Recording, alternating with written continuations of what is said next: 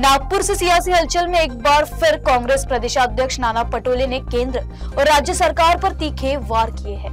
मतदार यादी पारदर्शिता से लेकर मीनाताई ठाकरे के पुतले की विंट बनना तक उन्होंने हर मुद्दे पर बीजेपी और सरकार को कटघरे में खड़ा कर दिया। पटोले ने साफ कहा कि बिहार की तर्ज पर महाराष्ट्र ने भी मत चोरी की कोशिश हो रही है और जनता को जागरूकता होने की जरूरत है। वहीं शरद पवार ठाकरे बंधुओं और संजय राउत के बयान पर भी अभी उन्होंने अपनी प्रतिक्रिया दी है। हे सगळं दाल में काला आहे मोदीच्या राज्यात।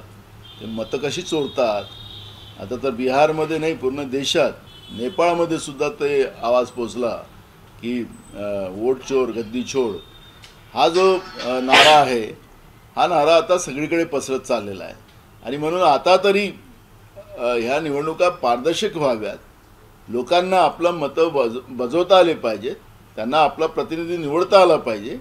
पण मेलेली माणसं जिवंत दाखवून आणि जिवंत माणसं मारून मेलेली दाखवून ज्या पद्धतीने मतचोरी केली जाते आहे त्याला आळा पडला घातलाच गेला पाहिजे आणि म्हणून लोकांनी सुद्धा याच्यात जागरूक राहावी हे आव्हान आम्ही या ठिकाणी करतोय। या पद्धतीचा उद्रेक आणि एक प्रकारच्या जनभावना भडकवून जनतेचे मूळ प्रश्न बाजूला सारण्यासाठी महाराष्ट्रात आणि देशामध्ये या पद्धतीचा प्रयत्न केला जातो आहे।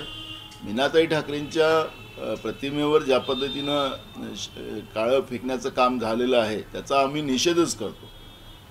महाराष्ट्रातलं कायदा सुव्यवस्था बिघडलेली आहे हे याच्या माध्यमातून आपल्याला सिद्ध झालेलं आहे।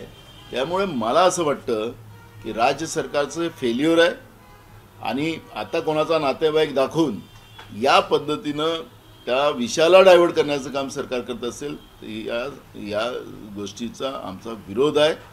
महाराष्ट्रात हे होता कामा नये, अशा पद्धतीचं होता कामा नये। या पद्धतीचं सरकारने काळजी घेण्याची गरज आहे।